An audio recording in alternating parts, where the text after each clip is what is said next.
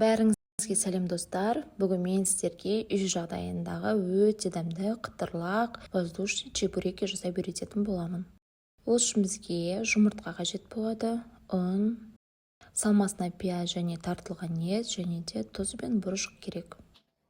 Ең алдымен бірінші кезекте қайнап тұрған бір стақан суды ыдысымызға құйып, оның үстінен жұмыртқамызды салып, бірден араластырып отырамыз. Ыстық су болғандықтан жұмыртқаны бірден жақсылап араластыру қажет, әйтпесе жұмыртқамыз ыстық суға пісіп қалуы мүмкін. Осылай видеодағыдай жақсылап қасықпен немесе венчикпен араластырып алу қажет. Одан соң үстінен тұзымызды саламыз және де бір қасық сұйық май құямыз. Жақсылап араластырамыз. Араластырып болған соң үстінен 300 грамм ұнды саламыз. Ұнды шетінен кезек-кезек салып отыру қажет. Сонда қамырымыз сүйінмек болмай жақсылап араласатын болады. Алдымен осы қасықпен жақсылап араластырып, қамырымыз біріккенше араластырып отырамыз. Қасықпен араластыру себебіміз суымыз ыстық болғандықтан қолмен араласу ыңғайсыз болады. Одан соң қолмен қамырымызды илеп, осындай күйде тоңазытқышқа немесе үй температурасында 30 минуттай уақытқа қалдырамыз. Қамырымыздың июі қанғанша оның салмасын дайындауға кірісеміз. Тазартылған пиязымызды осылай жіңішке етіп бірнеше бөліктерге бөліп, көбіктап турап аламыз.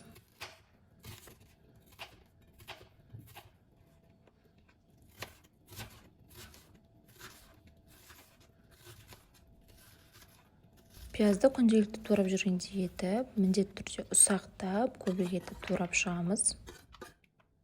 Пиязды ұсақ етіп турау маңызды, сонда етпен араластырғанда қуырылып піскенде байқалмай кететін болады. Пиязымызды осылай ұсақтап турап болған соң, тартылған етпен пиязды бір ыдысқа саламыз.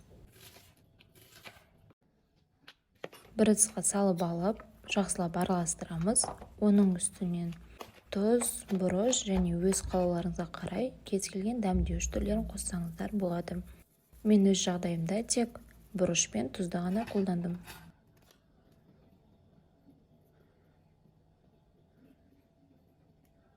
Тұз бен бұрышты салып алған соң, салмамызды жақсылап араластырамыз.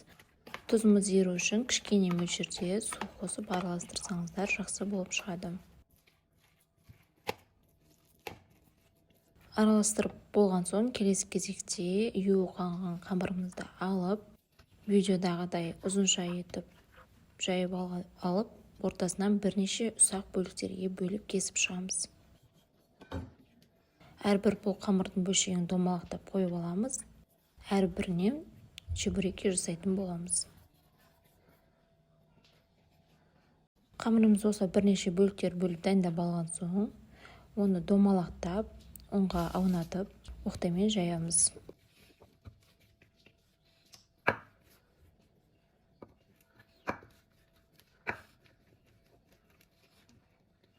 Оқтаймен жайып алған соң, ортасына дайындап алған, тартылған еттен жасалған салмамызды саламыз.